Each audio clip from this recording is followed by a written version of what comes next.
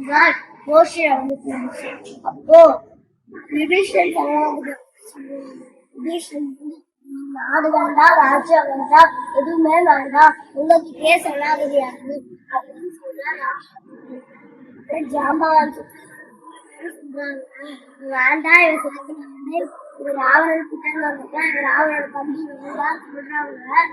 ஆனா விபீஷணன் வந்து ராமரே பாக்குறாரு. அப்ப அந்த கோஷ்டியில ஹரிதாசர் வந்து எழுந்து நின்றார். அப்ப ராமானுஜர்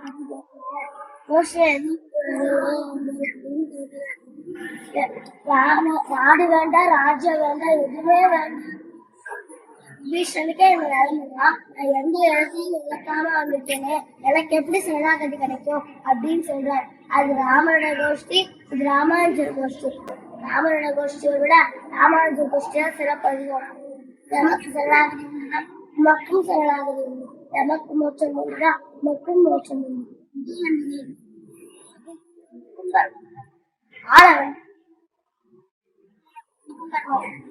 புதிய கோயிலாருக்கும் முன்னாடி வழக்காளர்களுக்கும் பருவம், நாதமொழிகளுக்கும் புதிய கோயிலாருக்கும் பருவம், விஸ்வக்சேனாருக்கும் பிரம்மாளுக்கும் பருவம், தாயாருக்கும் விஸ்வக்சேனாருக்கும் பருவம், நாதனுக்கே பருவம்.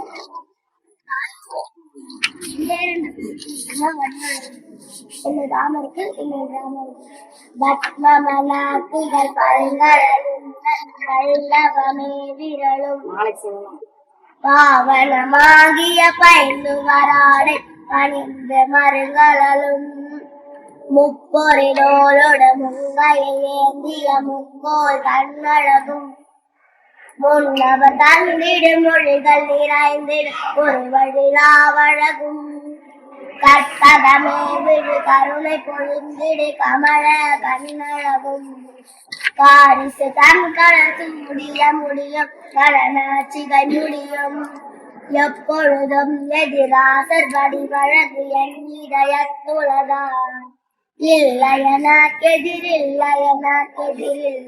இல்லையெதிரே ஆண்டாள் ராஜா ஆழ்வார் என்று